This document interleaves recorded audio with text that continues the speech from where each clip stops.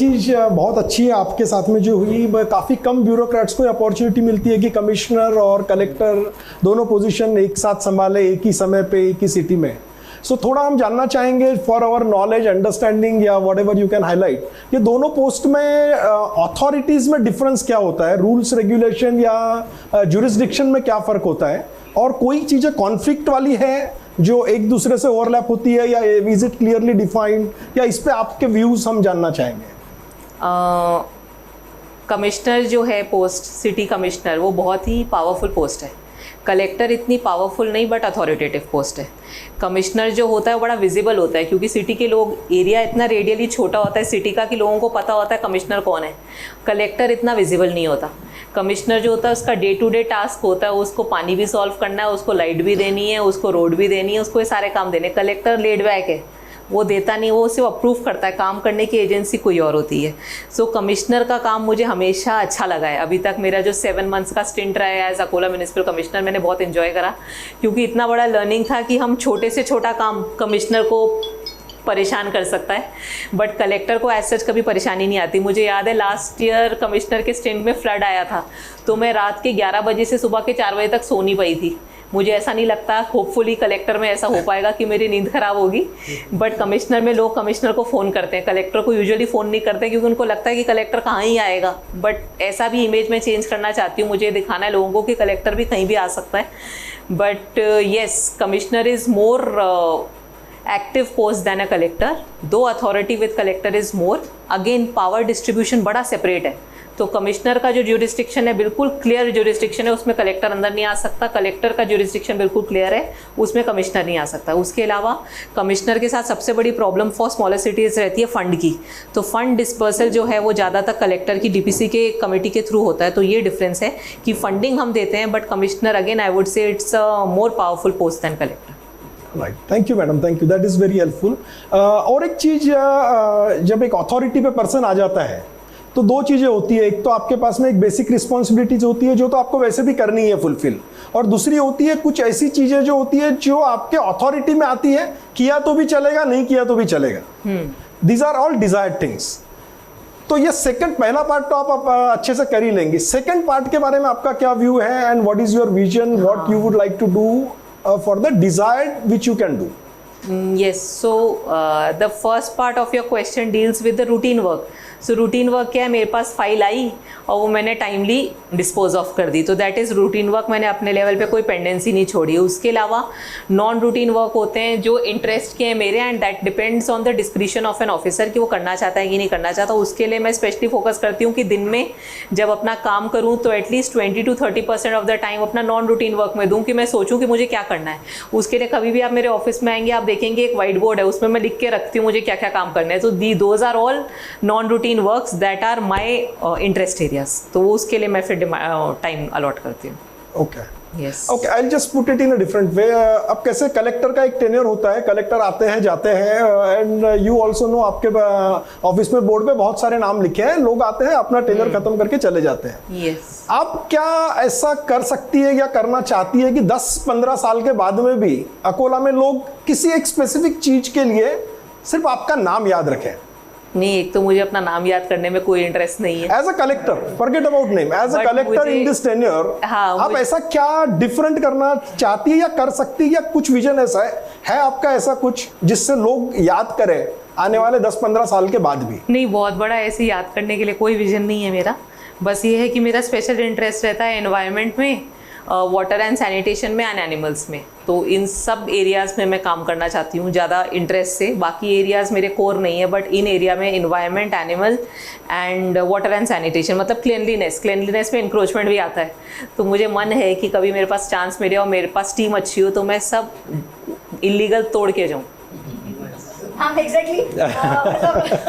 हमारे सारे ऑडियंस जानना चाहती है अच्छी टीम से मतलब आपका क्या मतलब है, what you are expecting from? I need a better coordination with all departments, जिससे मुझे लगे कि एक कलेक्टर या कोई भी जो सोच रहा है वो एग्जीक्यूट करके दिखाए। तो कहीं ना कहीं वो कोऑर्डिनेशन मिसिंग है अभी।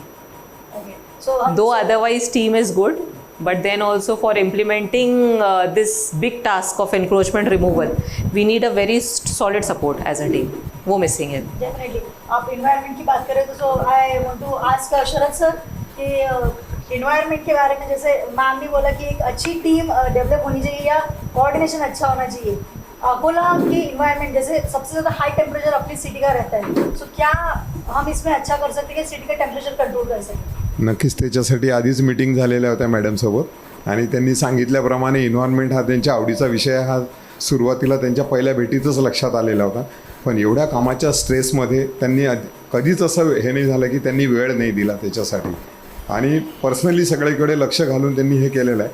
फक्त मी त्यांच्याकडून अशा अपेक्षा करतो की त्यांच्याकडून या सगळ्या गोष्टीसाठी अजून काही शहरात प्रमोट करता येऊ शकते का आपल्याला. भविष्यात काही व्यापारी संघटना आहेत, काही औद्योगिक संघटना आहेत, काही मेडिकल संघटना आहेत, यांना जर का तुम्ही एका ठिकाणी कोऑर्डिनेट करून जर का अजून ॲक्टिव्ह करता आलं तर ते शहराच्या हिशोबाने म्हणजे नक्कीच, जसं आता सारडा सरांनी विषय काढला होता की येणाऱ्या 10-15 वर्षानंतर तुमचं नाव निघेल. मी म्हणतो 50 वर्षापर्यंत तुमचं नाव निघेल जर का इथलं टेम्परेचर हे 40 डिग्रीच्या मी तर खाली म्हणत आहे नावच नाही निघायला पाहिजे, काम व्हायला पाहिजे.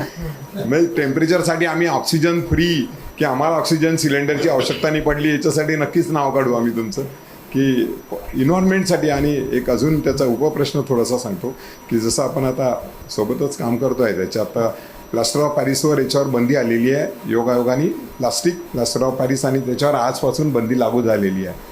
ते अकोलेकरांसाठी नक्कीच एक गौरवाची गोष्ट आहे कारण की तो लढा आम्ही 2008पासून लढतो आहे त्याच्यासाठी, पर्यावरणपूरकसाठी सगळ्या गोष्टी करतो आहे आणि ते नक्कीच. आणि सगळ्यात महत्त्वाचं म्हणजे सिटी न्यूज सुपरफास्टचे विशेष आभार त्याच्यात की त्यांनी पहिल्या दिवशीपासून या लढ्याला सोबत दिली, साथ दिली.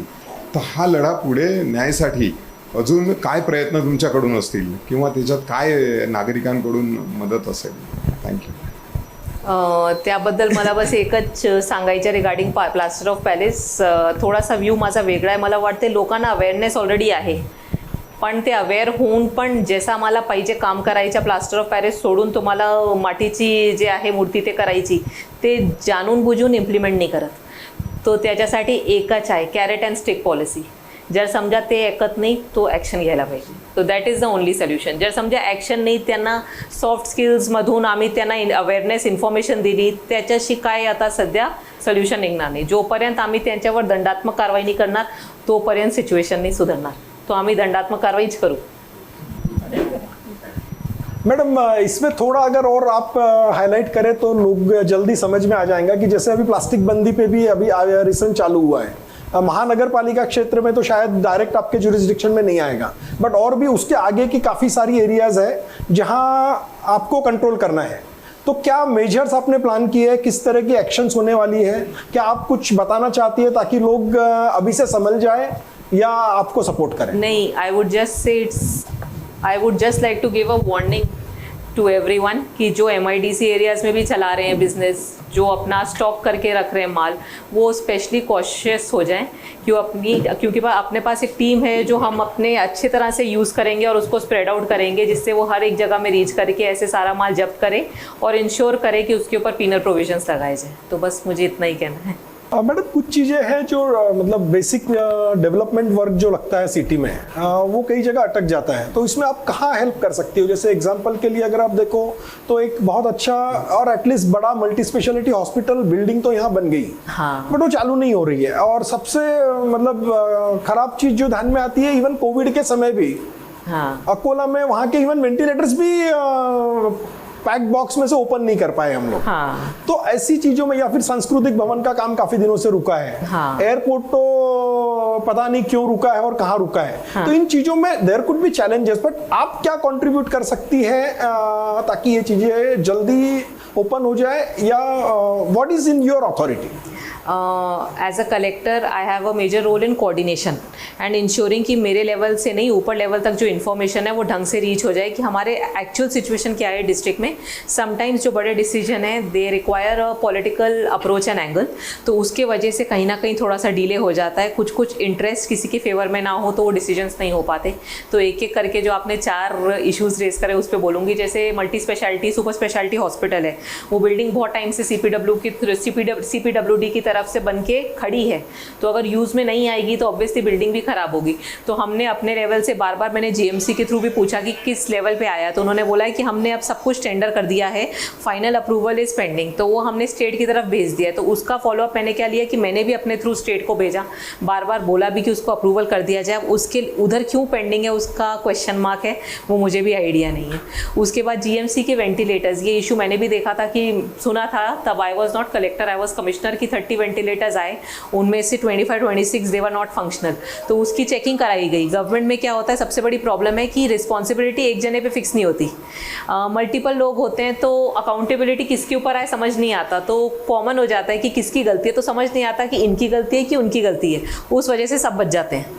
तो ये हुआ। तो उन्होंने टेस्टिंग करी वेंटिलेटर्स की, टेस्टिंग करने के बाद उन्होंने बोला कि अब सारे वेंटिलेटर्स ठीक हैं। तो अब ठीक हैं तो क्या सिचुएशन है, उसके लिए मेरा लेवल पे मुझे क्या करना चाहिए, मुझे ड्राई रन करना चाहिए। ड्राई रन करके चेक करना चाहिए कि कितने, जो मैंने अभी तक करा नहीं है। तो आपके क्वेश्चन के बाद अब मैं ड्राई रन करूँगी, specially of ventilators and oxygen tanks की गैस पूरी भरी हुई है, ऑक्सीजन है, और वेंटिलेटर्स ढंग से चल रहे हैं कि नहीं चल रहे हैं, दैट आई कैन इंश्योर। जो इशू है, हमने ऊपर हायर अथॉरिटीज़ से अभी रिसेंटली दिल्ली में भी बैठक हुई थी नितिन गडकरी सर के चेंबर में, तो हमने बार बार इशू रेस करा कि for day time operations airport is fully equipped, कि डे टाइम ऑपरेशंस एयरपोर्ट के हो सकते हैं, बट फिर भी वो क्यों नहीं हो रहे, क्योंकि may be larger interest of future government देख रही है कि आगे हम पहले पूरा काम कर लें उसके बाद चलाएं। तो गवर्नमेंट का इंटरेस्ट ऊपर ऐसा दिख रहा है कि हम सारी पहले लैंड एक्वायर करें, उसके बाद वंस एंड फॉर ऑल हम एयरपोर्ट स्टार्ट करें। तो उसमें भी डिफरेंस ऑफ ओपिनियन है। मेरा ओपिनियन है इमीडिएटली शुरू करो day time operations, but government का कहना है नहीं, we should first acquire land, make sure कि हमारे पास रनवे बड़ा बन जाए फॉर अदर एयरक्राफ्ट, उसके बाद हम शुरुआत करें। तो ऐसे डिफरेंस ऑफ ओपिनियंस की वजह से शायद डिसीजंस में थोड़ा सा डिले होता है। इसमें मैडम जस्ट एक ऐड करना चाहूँगा, जो लास्ट अप्रूवल एयरपोर्ट के एयर स्ट्रिप का हमारे पास आया था, या मतलब जो अप्रूवल लिया गया गवर्नमेंट की तरफ से, हाँ। उसके ऊपर आज के फंक्शनिंग एयरक्राफ्ट में से कोई भी एयरक्राफ्ट लैंड नहीं हो सकता है जो कमर्शियली फंक्शन करता नहीं, है। ऐसा नहीं है। तो यही मुझे एक ऐसा डाउट लोगों को लगता है कि नहीं लैंड हो सकता। अपना जो रनवे है 1400 मीटर का, उसमें ATR 42 और 72 दोनों लैंड हो सकता है डे टाइम ऑपरेशंस में। धूड़े का एयरपोर्ट अपने पास एक लाइव एग्जाम्पल है जलगांव का, कि जिसमें 1200 का रनवे है, उसमें ATR 72 आया हुआ है।